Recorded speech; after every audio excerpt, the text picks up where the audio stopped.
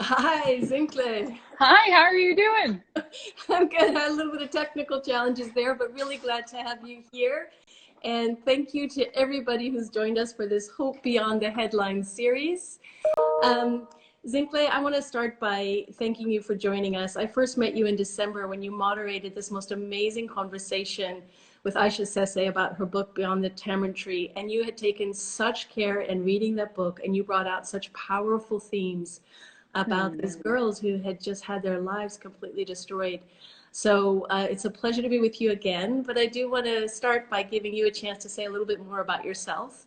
Um, I'm Laurie. I'm the CEO of Women for Women International. Zinhle, tell us a little bit about you. For sure. Well, I'm so happy to be here in this fun, different setting. As you said, my name is Zinhle Essamuah. I'm a host and correspondent at Now This News, which is a digital news company, and we cover all things all the time. As a host, I host our daily evening news show, Know This, which covers the top 5 stories of the day that you need to know. And then as a correspondent, I do a lot of different long form reporting, as well as some different kinds of events. I moderated the UN Intergenerational Climate Summit Town Hall. I love to moderate events like I did with you all. And so I'm really excited that we can have this conversation today.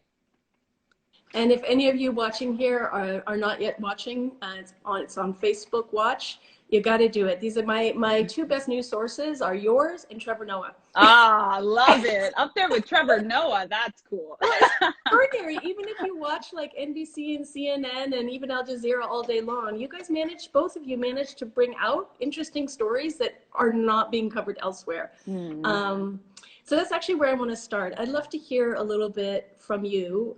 Journalism is so important right now. It's essential workers right up there with our healthcare workers, keeping us informed. Tell us a little bit about what you're trying to do with your journalism, but also how that fits in. What do you see the broader landscape? What's the state of media right now? Yeah, I think journalism and media and news is more important than ever right now. I think a lot of times journalism is referred to as the fourth estate, right? The fourth arm of our government or of our society and democracy. And I think right now is interesting because most of the information and the facts that we're getting are coming from international and federal organizations and entities. And so as journalists, it's like, how do we receive that and communicate that to our audiences while also being very critical about the information that is coming through. And so I think a big way that we've been trying to do that at Now This is through our daily fact checks. The White House press briefings about coronavirus got a lot of criticism for the misinformation that was coming out of it. And it was a wide range, right? Even as far as telling people to inject themselves with disinfectants, which is not true. Do not do that. And so we've made a point to every single day. Our senior politics producer does a live fact check of those briefings. On my show, Know This, we are constantly updating. You know, we determine the top 5 stories at 10 a.m. But sometimes several of those stories have changed by the time we publish because things are just evolving so fast. And even another one of our shows, One Small Step, uh, has been tracking the Environmental Protection Agency's rollback of environmental protections, even though people are celebrating right now the fact that, oh, we have clean air and we have clean water at the same time legislation is changing. So I think the moral of all of that is to say we're having to keep up and be busy and diligent because there's so much information coming in and so much truth that needs to come out. Is there anything you would highlight for us in all of that, some of that fact checking and some of those key things? What are some of the key things that you think we really have to know? What would you want everyone who's joined us here today to take away and know from that? Yeah, I think one of the biggest things is to understand the deep inequities that are being highlighted by this pandemic. Jordan Rice is a pastor in New York, and he said this pandemic is having an effect of being a great amplifier. It's bringing out these issues that have already existed. And so, just like the disparities that we've seen, Black people are making up 30% of COVID cases, but they make up about 13% of the US population. And that is not normal. I think we need to, when we see so much news and so many headlines, it can make us normalize things that are not okay. And I think that's something that we need to remember and think about. Another inequity that's come up or disparity is around mental health and just people with who has access to healthcare and access to those resources. There was a statistic I saw that really just struck me. A mental health hotline saw an 891% spike in the calls that they were getting. And so I think it just highlights there are deep wounds in this country, whether it's racism, whether it's mental illness, whether it's access to healthcare, that are being highlighted. And so this could be a chance for us to really remedy some of those things. No, and I read a stat, I mean, and it's really important. It's exposing the structural inequalities that were already there. I read a stat this morning that the median white household has 41 times more wealth than the median Black family. So if that's how you started, and now that's compounded by, I mean, how do you sustain yourself? Members of your family are going unemployed. How do you sustain yourself when healthcare costs go up? If you started with less in the first place, it just makes it that much harder, along with all the other problems we've had. And you've covered prisons, you've covered environmental inequities, you've covered hate crimes. What are some of the other ways that you're seeing these structural inequalities play out through the COVID crisis? Yeah, I think we're seeing, you hit on it a bit, the disparities with class and wealth. There was a recent report from the Washington Post that PG County, which is one of the wealthiest Black counties in the US, has some of the highest rates of coronavirus in the state of Maryland. And I think it highlights the fact that class does not protect you from the racial disparities in this country. I think you mentioned, yes, I've done reporting around our immigration detention facilities, specifically private facilities. And I think we're seeing in prisons and in immigration detention, the resources just are not there. We're hearing horrible and horrifying stories from inmates saying, you know, I have asthma and we're being kept in these rooms of 100 people. And it's just rapidly spreading and the testing is not happening. There have even been people who work at prisons who have passed away. And so these are issues that are just continuing to come to the forefront. And also, you know, this is women for women. And I think we've also seen that women make up a large percentage of healthcare workers. I think in 2019, the CDC, and I don't have the exact numbers, women account for 3/4 of full-time year-round healthcare workers. And that was just in 2019. And so I think we're seeing right now, we are asking so much of them, and yet there's still some pay inequities. And so what does it look like that the people, you know, the people who do our groceries and take out our trash and help us at the doctor, who we've historically undervalued, are now the people we're relying on and asking to be at the front lines? These are questions that a lot of our journalism is bringing up. And I mean, the stat I saw is that 70% of essential workers are women. So it's not just the nurses, it's also the cleaners.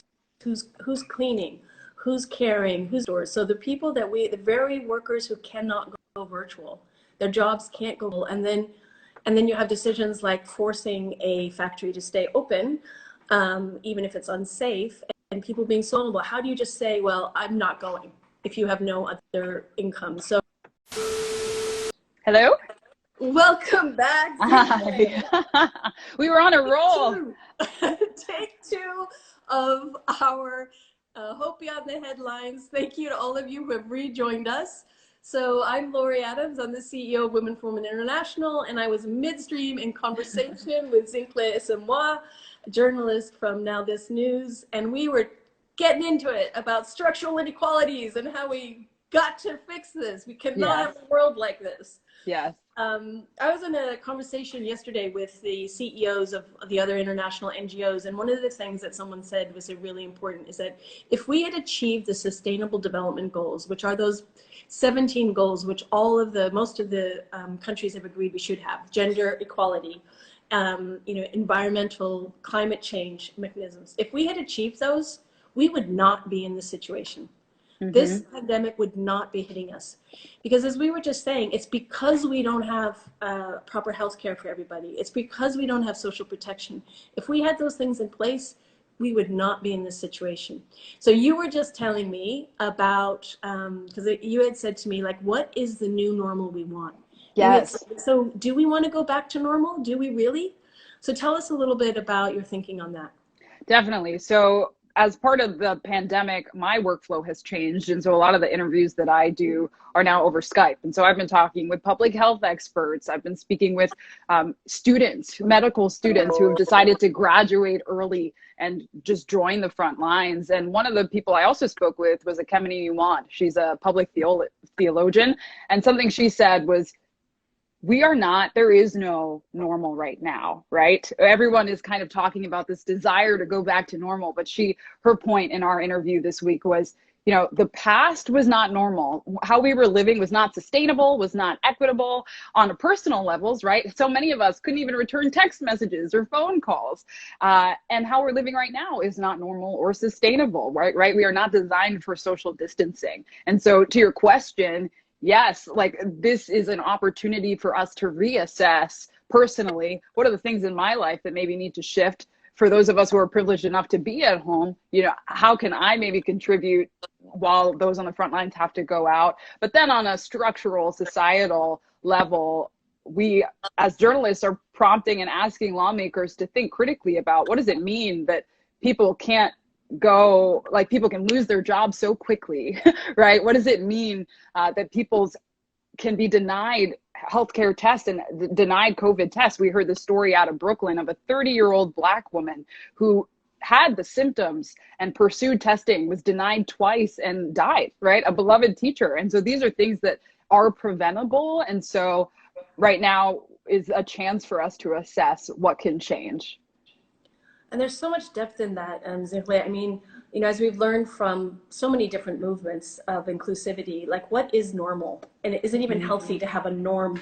I mean, how does that exclude people with disabilities? How does the LGBTIQ, et cetera, movement, so even the very concept of having some norm that we're all supposed to fit into is problematic. And we do a lot of work to change those norms.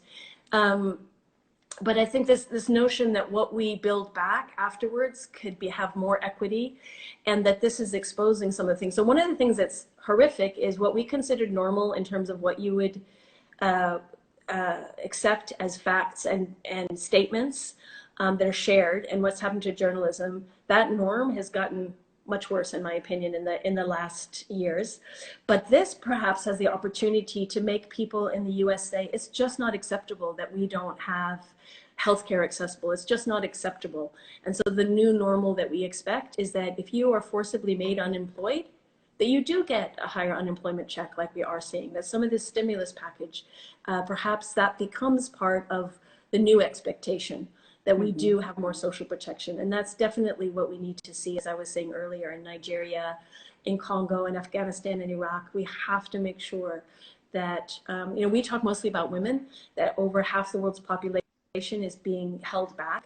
And because of that, the whole world is being denied what those women could bring to creating a better world for all of us. Listen, on take two, with Zinhle here telling us about your role as a journalist and as an essential worker, bringing us those facts. I do also want to talk to Zinhle, the woman who's here working all day, and how do you find hope beyond these headlines? What has this pandemic been like for you, and how are you keeping yourself going? Yeah, and to give context to people who are just joining, as Laurie said, my name is Zinhle Essamuah, and I'm a host and correspondent at Now This. And so I host our daily evening news show, Know This, which is a top rundown of the top 5 stories you need to know. And I'm a correspondent, and so I do long form reporting as well.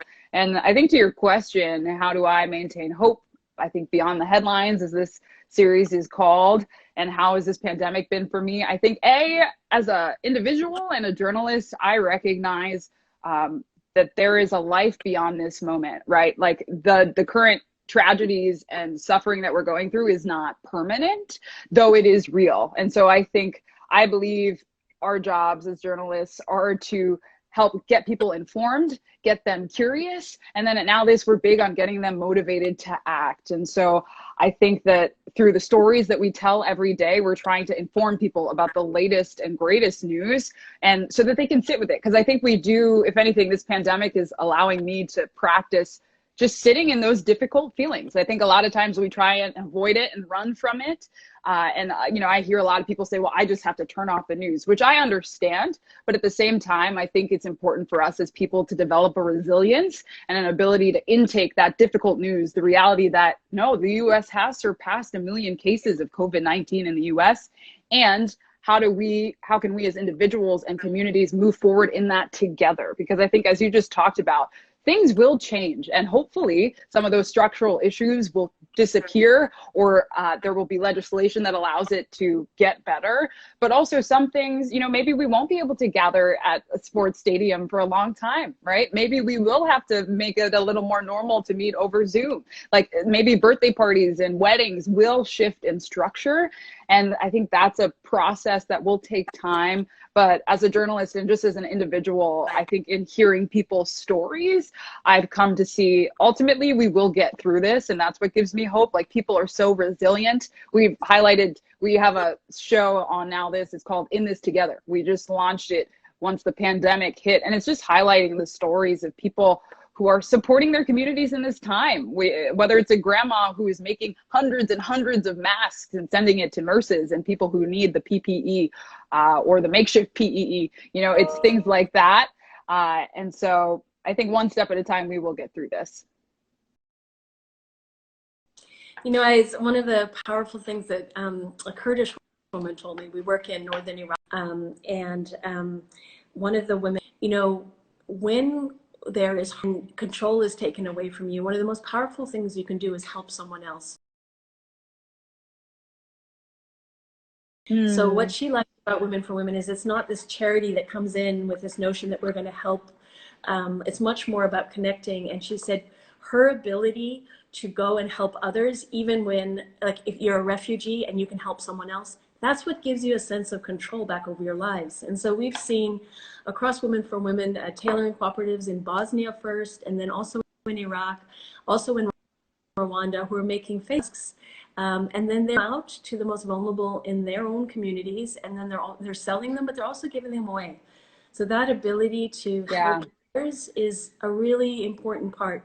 But I do want to respond to something you said, which is that so while I don't think it's seeing the news, which is the depressing things. It's the uncertainty and all this different facts. And yes, the news is depressing, but one of the things I like about your show is that it's quick, it's factual, and you get those top 5 things that you need to know that are a mix of inspirational.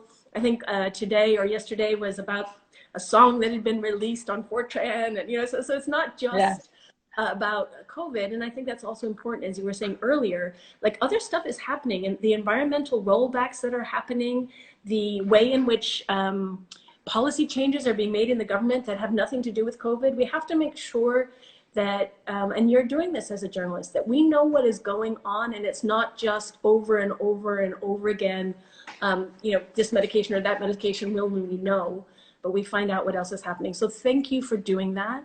It's such important work. It helps all of us navigate and figure out how do we best live our lives, but also me leading Women for Women. You know, how do I figure out how we can provide the best help to people? Absolutely. I do have another question for you along these same lines of hope beyond the headlines. What for you does hope for the future of women look like? That's a great question, and so fitting, I think, especially because every issue is political and every issue is a woman's issue. And I think hope beyond the headlines and hope for women in this moment, I think it looks like 3 things: innovation, community care, and self-care. I think in this crisis and pandemic, we have seen women innovate in incredible ways. My aunt just sent me a pack, I wish I had them right here, of hand-sewn face masks out of like kente cloth, which is this African cloth. Yes. Yeah, and they're beautiful. And I think to me, it's just a small example of how we're seeing women say, okay, this is hitting my family, this is hitting my community, this is how I'm going to, whether I'm going to sew or I'm going to help my religious organization find a new way to gather or whatever it is. I think we're seeing women innovate as they always do first. Also, community care, as we talked about, women are overwhelmingly these first essential workers and frontline responders. And so they're out here caring for the community, often at the expense of their own lives. There was a tragic story of the doctor in Manhattan who, you know, lost her life after just what I imagine was an overwhelming experience in the ER caring for so many COVID patients. And so I think the future for women and hope for women also looks like continuing to do the community care. But lastly, I think in all of that, it looks like self-care, right? I think there's been a huge self-care movement, and, you know, we see a lot of that, but I've been encouraged by the number of just resources that have moved online, whether it's meditations and yoga, even at Group 9 Media, which is part of Now This, Pop Sugar offers like free health classes that you can do. And so I think part of hope for the future of women looks like also caring for ourselves and making sure that, you know, we're in line and we're okay before we do the work of caring for others that so many women do all around the world. No, let's hope that the Hope for Women also it's a carers are doing, that journalists are doing, so that those professions are more valued, because we realize during this pandemic how important it is, how important the people are on the front lines who are doing that underpaid work. And journalists also underpaid, taking huge risks with lives. And so I hope that it also includes that all of that informal work that is majority women, all of that frontline work that is majority women, that is so difficult and is so underpaid, gets valued more. And that we come back to an economy that is more about well-being than about short-term gain, and that is more about the collective. It has just been phenomenal to see how people stay connected. At Women for Women, we have 4 outcomes of our program, and one of them is earnings and savings. One of them is health and well-being. Another is decision making, because if you have more money but you can't decide what to do with it, that's not very powerful. But the final one, and the one that often people say is most important, is connections to others for support. So when you're in crisis, you have to have others to lean on, whether it's for just stress relief or it's for practical help. And one of the beautiful stories this week is that, you know, we have a pairing. You can sign up to be a sponsor, and then you're linked to a sister in one of the countries we work in, and you can write letters back and forth. And the women in Nigeria who heard the news about what's happening in the US and the UK wrote letters to their sisters in the US expressing solidarity and saying, we hope you're okay during this period. We hope your families are safe. So that connection, it doesn't always have to be face-to-face. And we've known that because we've been connecting globally and across extremely different realities, but with the commonality of, you know, wanting to all women everywhere to fulfill their full potential. Yes. So Zinhle, thank you so much for joining us. Is there any final thing you would like to share with people who are with us today? Yeah, I mean, I think for everyone, I hope you're staying safe and well. And I think I just go back to my earlier point, to stay informed, to stay curious, and then to get motivated to act in the way that you can. I think, as you said, Now This is an incredible resource for staying informed. Know This is as well, which will give you the rundown of the top 5 stories you need. And get curious, remain curious, even if you need to step away from some of the really difficult stories that are out there, and there are many. You can remain curious about what's happening in your community, and how is your neighbor doing, right? How are your friends doing? Check in on them, and then just get motivated to act however that looks for you. And maybe acting for you just looks like baking some bread and calling your family member, or maybe it looks like going and donating blood in a socially distanced, safe way, right? There's a way we can all act in the middle of this pandemic. And so I'm so glad I could join you all for this conversation. And of course, if people want to keep up with me, you can follow me at Simply Zinhle as well. That's fantastic. And actually, you know, we're not journalists, but one of the things we do is that we have been collecting stories from participants in our program and from our frontline trainers. And we've been sharing them on our social media. So mine, but also Women for Women social media. And so if you'd like to hear more stories from the frontline directly from women and how this COVID-19 pandemic is affecting them, then I also invite you to go to womenforwomen.org. We've got a new campaign. It's called See Her, Support Her. So womenforwomen.org/See Her, Support Her. Sign a pledge to for solidarity around the world with women to support some of the most marginalized women in the world, survivors of war through this health crisis, and sign up to get more stories. So go and watch Zinhle's summary every day if you haven't already. I also know you're working on a long form that is going to show us what life has been like for people around the world through this crisis. I can't wait to see that. Because I know from my direct contact that these are inspiring stories, they're scary stories. Yeah. I mean, the notion that people are actually starving out there is frightening. The increased violence against women, the fact that when people are under crisis, tendencies to violence go up. But the stories of how people are helping each other in that, the stories of how all of our program leaders are innovating to find ways. They're doing phone counseling for people who are experiencing more conflict. They're figuring out how to get cash and soap and support to women even when they're not directly face to face. So hopefully all these lessons we're learning, whether it's how to do an Instagram Live, which I didn't know how to do before. Same here, first one. will help us build back better, help us create a new normal, which is better for all of us. Zinhle, thank you very much. And thank you to all of you for joining us, taking this time, for rejoining us. Signing off from Laurie at Women for Women. And Zinhle at Now This. All right. Bye-bye, folks. Bye. Join us next Thursday.